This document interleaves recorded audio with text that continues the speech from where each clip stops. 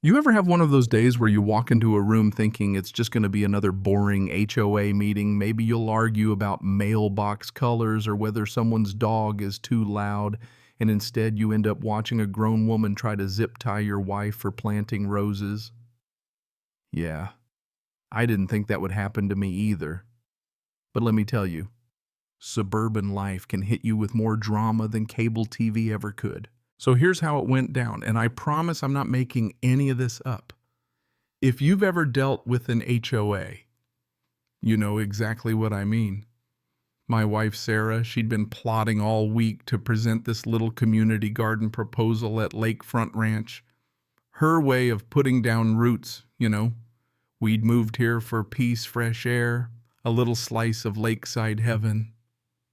Instead, she landed smack in the path of Hurricane Karen, and if you think I'm exaggerating, you should have seen the look on everyone's face when Karen stormed through those glass doors, zip ties glinting in her hand like she was about to make a citizen's arrest at the local Starbucks. "You're under arrest for planting flowers against regulations," Karen said. And the way she pointed straight at my wife, well, you'd think Sarah had been out there burying radioactive waste instead of some rose bushes. Silence hit the board like a brick. Nobody laughed, but nobody spoke up either. And for a second, I thought maybe I was the only one who realized how insane this was. That's classic HOA style, though. Public humiliation, everyone. Pretending it's normal while you're just trying to keep your head down. Let me back up a sec, set the scene for you. Sarah's sitting in her favorite chair, clutching her notes about the garden. Not a clue that she's about to become the villain in the latest neighborhood soap opera. The sun's coming in, you can hear the mower outside and the AC humming. And then here comes Karen Heels, clicking like a drum line, positioning herself right in the sunlight like she's auditioning for HOA President the Musical. Her voice has that particular flavor, syrupy sweet with a kick of arsenic. "We have a situation that requires immediate enforcement action," she says. Sarah looks up confused like she just wandered into the wrong movie. Now me, I'm in the back, pretending to support Sarah, but honestly, I'd started coming to these meetings for entertainment. Where else do you see grown adults go nuclear over patio umbrellas? But today felt different. Like the air was charged storm clouds outside, but something brewing in that room that had nothing to do with the weather. Karen calls out my wife, full legal name like we're in court. "Mrs. Miller, you violate Section 4.7 regarding unauthorized horticultural modifications." Horticultural modifications? Honestly, she made it sound like Sarah was running a cartel. My wife's hand goes to her throat, nervous habit, while the rest of the board looks around, not quite sure whose side they're on. Mrs. Baker, the usual yes woman, isn't nodding. Tom, the HOA secretary, is acting like his laptop is a bomb. You get that sinking feeling, right? Like the sharks have started circling. Then Karen, in full cop wannabe mode, reaches in her purse for zip ties. "As the duly appointed enforcement officer, I am authorized to place you under citizen's arrest. You ever want to laugh and scream at the same time?" That was me. Sarah stands up, notebook thuds to the floor, and there's this heavy silence. You can feel everyone holding their breath. But then out of the corner of my eye, I spot this envelope on the table, county seal half hidden, like nobody wants to look at it. Something's not right. Karen doesn't even know it's there, which is honestly a red flag if there ever was one. Right as Karen moves in with the zip ties, Tom starts typing like he's launching nukes, and Mrs. Baker finally speaks. "Maybe we should discuss this with the full board before taking any enforcement actions." Enforcement actions? She said it like we were at a SWAT briefing, not a garden club. Karen flips, but Sarah just keeps her cool.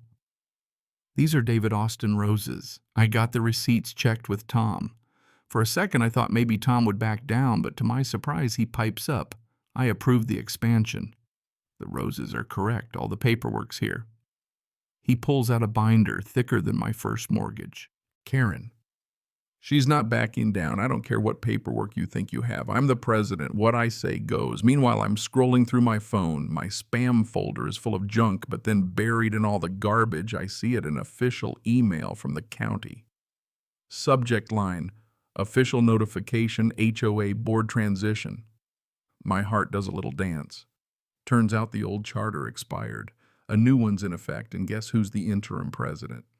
Yeah, Sarah, my wife. Now, this email's been in spam for 3 days while Karen's been parading around with her fake badge and zip ties, totally oblivious. It's almost poetic if you think about it. I pull Sarah aside later, show her the email, and after about an hour on hold with the county shout out to Linda for confirming everything, we realized the county tried to notify us, but the address got messed up. Classic bureaucracy, right? So for 3 days, Karen's been threatening folks with authority she doesn't even have. Sarah, you could see the wheels turning. She's not just scared anymore, she's fired up. We need to be strategic, she says. Let Karen keep digging herself in deeper, then we bring the hammer down. That night we work the phones, get the board members up to speed. Tom's all in Mrs. Baker, too. The next day, Sarah's not the nervous wife. She's calm, confident, walks in and stands arms crossed while Karen tries to play judge and jury. But the room's already turned. Tom's got the county docs on his screen, Mrs. Baker's got the envelope, and Sarah, she lays out the paperwork. Karen, the charter expired. I'm the interim president. You don't have the authority to threaten anyone, let alone with plastic restraints. You could see Karen's world crumble in real time. Badge goes from symbol of power to a cheap Halloween prop. Board members who'd been terrified of her suddenly sit up straighter, relieved. Tom explains all your actions from the last 3 days are under review. Every violation, every threat, they're null unless confirmed by the new board. Karen tries to rally, goes off about knowing every rule, every resident, but the power's gone out of her voice. Mrs. Baker, with the patience of a saint, says, Karen, we appreciate your years of service, but our authority comes from the charter and it's time to transition. And then Sarah, cool as you like, offers to work together to make sure nothing gets lost. Karen can't handle it, grabs her badge, her laminated presentations, and storms out, heels clicking, car peeling out in the lot, probably breaking 3 HOA noise rules on her way out. You know what I mean? Irony writes itself. Sarah, meanwhile, starts picking up the pieces. New newsletters, actual transparency, community events instead of threats. The Rose Garden, the whole reason this circus started, becomes a community project. People who haven't set foot in a meeting in years start showing up volunteering. It's like everyone remembered this place is supposed to be a neighborhood, not a military base. Karen, she tries to fight back files, complaints, organizes secret legitimate board meetings in her living room, but the county's not buying it. In fact, all she does is highlight why nobody wanted her in charge anymore. Last laugh, Sarah, as confirmed president, ends up issuing a real violation notice to Karen for her own yard. That's the universe keeping the score. So what do you think? Does power make people lose their minds or just reveal who they really are? You ever see someone abuse authority and then watch the house of cards collapse? Drop your thoughts in the comments because trust me, stories like this are never as rare as you hope. And if you stuck with me through this wild ride, do me a favor. Like the video, subscribe for more tales of HOA madness, and remember, the next time someone waves a plastic badge at you, check your spam folder first. You might be in charge and not even know it.